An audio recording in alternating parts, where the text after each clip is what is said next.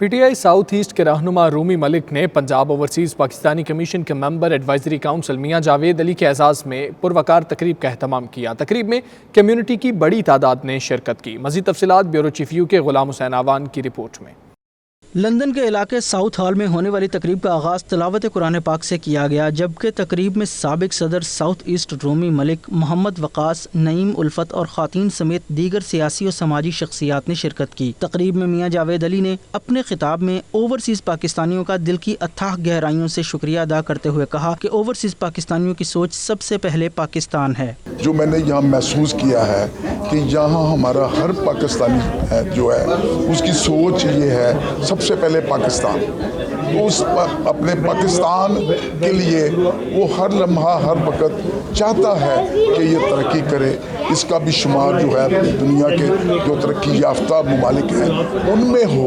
انہوں نے کہا کہ سابقہ حکومتوں کا اوورسیز پاکستانیوں کے مسائل سے نمٹنے کا طریقہ کار مختلف تھا، جس میں انہیں کرپشن کا سامنا تھا۔ دیگر مقررین کا کہنا تھا کہ اوورسیز پاکستانیوں کے مسائل ترجیحی بنیادوں پر حل کرنے کی کوشش کرنی چاہیے۔ حقیقی معنوں میں اوورسیز ہی ملک کا اثاثہ ہیں۔ ہم لوگ بالکل کمیٹڈ ہیں، آپ یہاں پہ آئیں اور انشاءاللہ عمران خان کا ایسا تاریخی استقبال ہوگا یو کے میں کہ نہ یو کے کی ہسٹری میں اور نہ ہی پاکستان کی ہسٹری میں اس طرح کا استقبال ہی ہوگا، بلکہ نہ صرف ہم لوگ جلسہ کریں گے بلکہ ویلکم کریں گے عمران خان صاحب، چاہے وہ گلاسکو بھی اتریں گے تو ہم انہیں لے کے لندن تک آئیں گے۔ پاکستان کو ایک نئی نہج پہ لے کے جائیں گے، نئے راستے پہ لے کے جائیں گے۔ اس حوالے سے ہم تبدیلی پاکستان میں دیکھ رہے ہیں اور محسوس کر رہے ہیں۔ تو اوورسیز کے حوالے سے ہم بہت مطمئن ہیں کہ ہم نے خان صاحب کا ساتھ دیا ہے، اور اسے ہم دیکھ سکتے ہیں کہ اوورسیز کے حوالے سے بہت سی کاوشیں کی جا رہی ہیں جس کا انشاءاللہ بہت زیادہ ہمیں پھل بھی ملے گا۔ پورے وصول سے کہتی ہوں جو پاکستان سے باہر ہیں وہ پاکستان کے رہنے والوں سے کئی گنا زیادہ محبت کرتے ہیں۔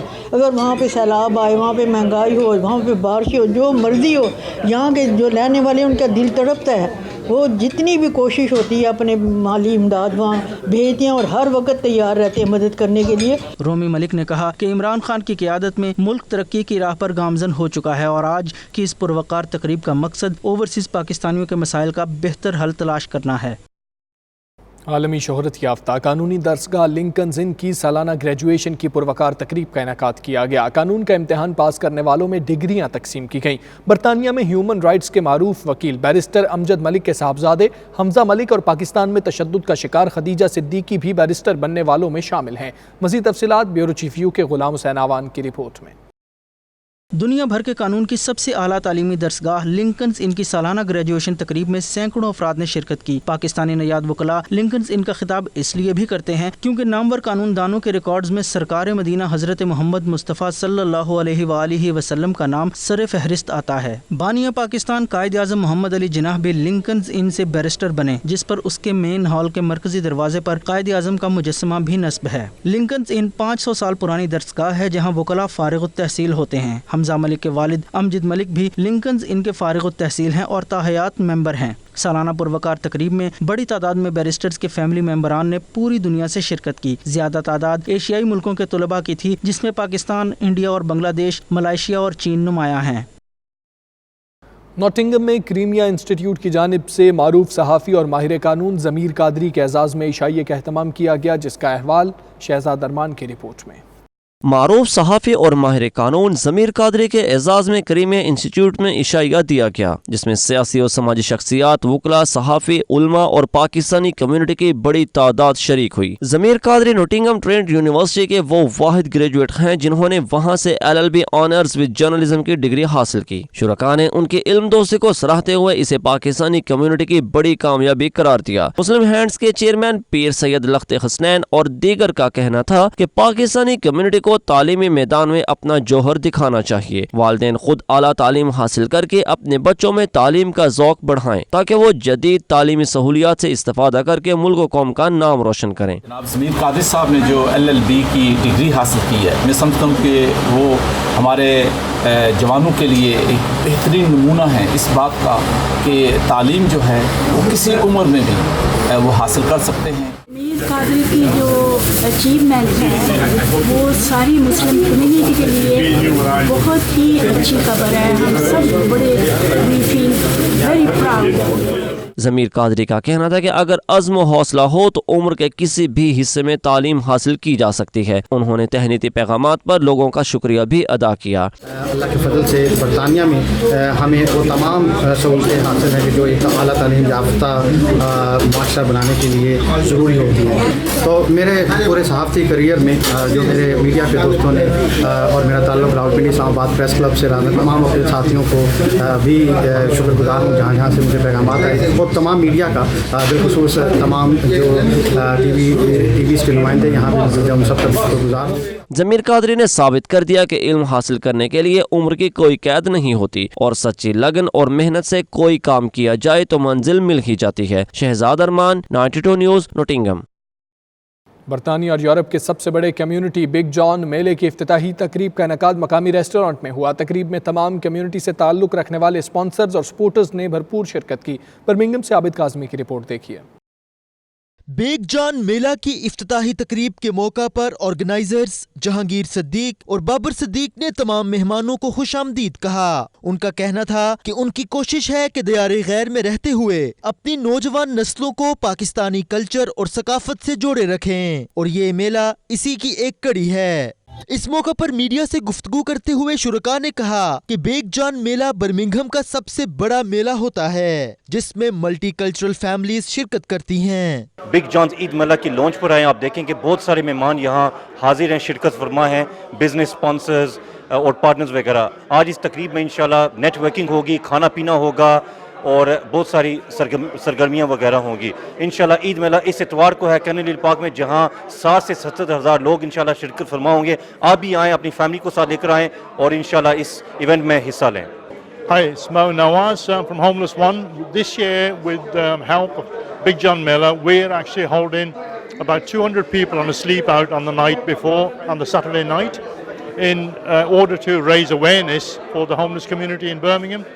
So if you're about and you'd like to join us, come and join us on Saturday night from 7 p.m. till 7 a.m. Sunday morning on a sleep out, and help to raise the awareness and maybe raise some funds and have plenty of fun along the line. Vice President of British Red Cross and Soraya Foundation, I am so delighted to be here at the launch of the Big John Miller, which is happening on Sunday.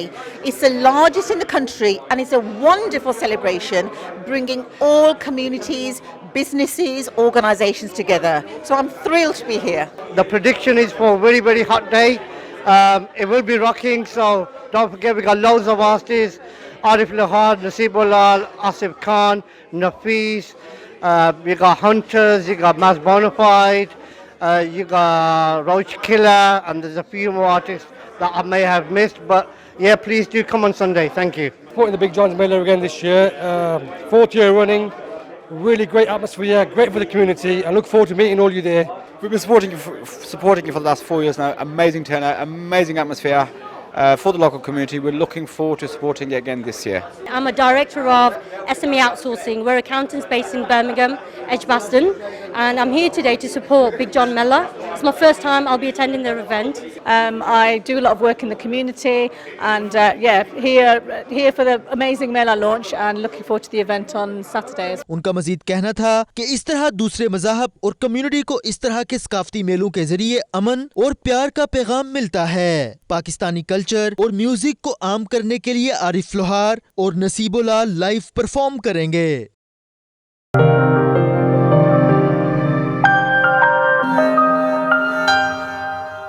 Netherlands میں مقیم پڑھے لکھے پاکستانی نوجوان متحرک ہو گئے۔ آپس میں مل کر مختلف مسائل حل کرنے اور ایک دوسرے کی مدد کرنے کے حوالے سے ایک مشاورتی اجلاس ہوا، جس میں متفقہ طور پر پاکستانی ان یورپ تنظیم کا اعلان کیا گیا۔ مزید تفصیلات ڈاکٹر محمد کامران کی رپورٹ میں۔ نیدرلینڈ کے شہر ایمسٹرڈیم میں پاکستانی نوجوانوں نے پاکستانی پروفیشنلز ان یورپ کے نام سے ایک پلیٹ فارم کا آغاز کر دیا ہے، جس کا مقصد یورپ میں مقیم زندگی کے مختلف شعبوں میں کام کرنے والے پاکستانیوں کو معلومات کے تبادلے اور ایک نیٹ ورکنگ کا موقع فراہم کرنا ہے۔ اس سلسلے میں ایمسٹرڈیم میں ایک تقریب کا انعقاد کیا گیا، جس میں science, banking, information technology, housing اور مینجمنٹ کے شعبوں میں کام کرنے والے پاکستانی نوجوانوں کے علاوہ معروف کاروباری افراد نے بھی شرکت کی۔ تقریب کا آغاز شرکاء کے تعارف سے ہوا، جس کے بعد عابد ملک نے اس پلیٹ فارم کو بنانے کے اغراض و